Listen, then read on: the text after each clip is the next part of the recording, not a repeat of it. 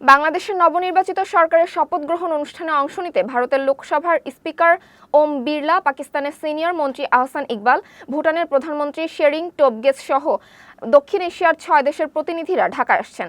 আগামীকাল অনুষ্ঠেয় এই শপথ অনুষ্ঠানে যোগ দিতে ঢাকায় আসছেন যুক্তরাজ্যের ভারত প্রশান্ত মহাসাগরীয় বিষয়ক আন্ডার সেক্রেটারি সীমা মালহোত্রা।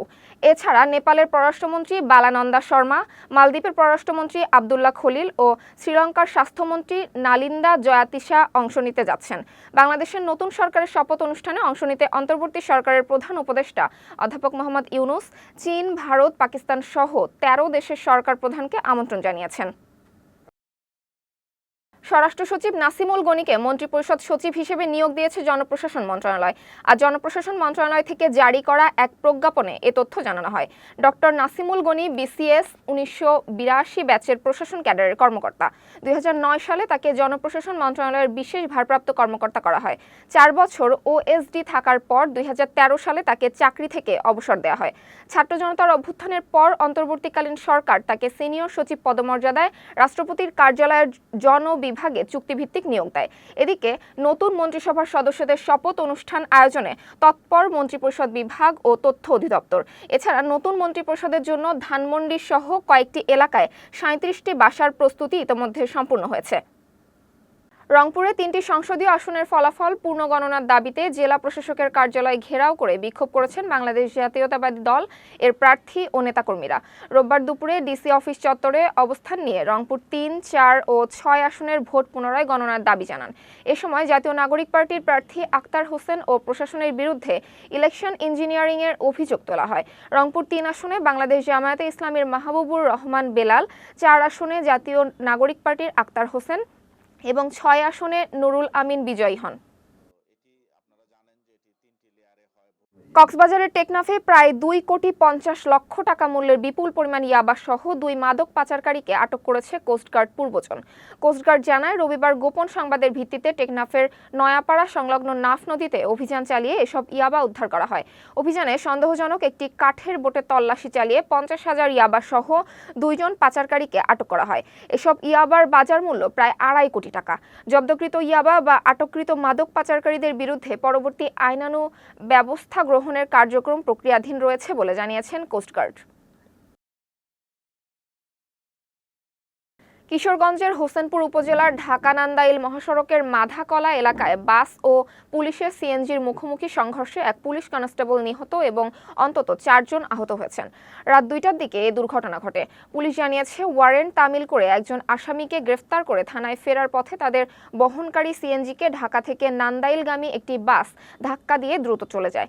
এতে PSI Mridul Hasan, ASI Fazlur Rahman, constable Nazrul Islam, constable Mahfuzur Haque Mridha, CNG চালক এবং গ্রেফতারকৃত আসামি ফিরোজ মিয়া আহত হন। খবর পেয়ে পুলিশের আরেকটি টিম দ্রুত ঘটনাস্থলে গিয়ে আহতদের উদ্ধার করে হোসেনপুর উপজেলা স্বাস্থ্য কমপ্লেক্সে ভর্তি করে। পরে তাদের উন্নত চিকিৎসার জন্য শহীদ সৈয়দ নজরুল ইসলাম মেডিকেল কলেজ হাসপাতালে পাঠানো হয়।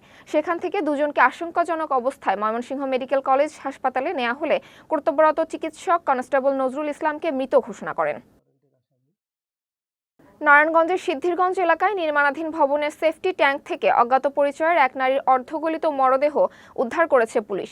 রাতে মিজমিজি সাহেবপাড়া থেকে এই মরদেহ উদ্ধার করা হয়। পুলিশ জানায়, দুর্গন্ধ ছড়িয়ে পড়লে স্থানীয়রা ভবনের ভেতরে মরদেহ দেখতে পেয়ে পুলিশকে খবর দেয়। পরে পুলিশ ঘটনাস্থলে গিয়ে মরদেহ উদ্ধার করে ময়নাতদন্তের জন্য নারায়ণগঞ্জ জেনারেল হাসপাতালের মর্গে পাঠায়। প্রাথমিকভাবে ধারণা করা হচ্ছে, ৪ থেকে ৫ দিন আগে দুর্বৃত্তরা তাকে হত্যার পর মরদেহ গুমের উদ্দেশ্যে সেফটি ট্যাঙ্কে ফেলে যায়। পরিচয় শনাক্তে পিবিআই এর একটি দল ফিঙ্গারপ্রিন্ট সংগ্রহ করেছে। হত্যার রহস্য উদ্ঘাটন ও জড়িতদের গ্রেফতারে অভিযান চালাচ্ছে পুলিশ। শপথ গ্রহণের পর নতুন প্রধানমন্ত্রী ও মন্ত্রিপরিষদের সদস্যরা মহান মুক্তিযুদ্ধের বীর শহীদদের প্রতি শ্রদ্ধা জানাতে যাচ্ছেন জাতীয় স্মৃতিসৌধে। এ উপলক্ষে প্রাঙ্গণে জোর প্রস্তুতি চলছে।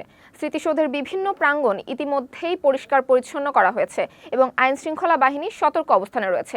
এছাড়া নিরাপত্তার স্বার্থে সর্বসাধারণের প্রবেশ সাময়িকভাবে বন্ধ রাখা হয়েছে।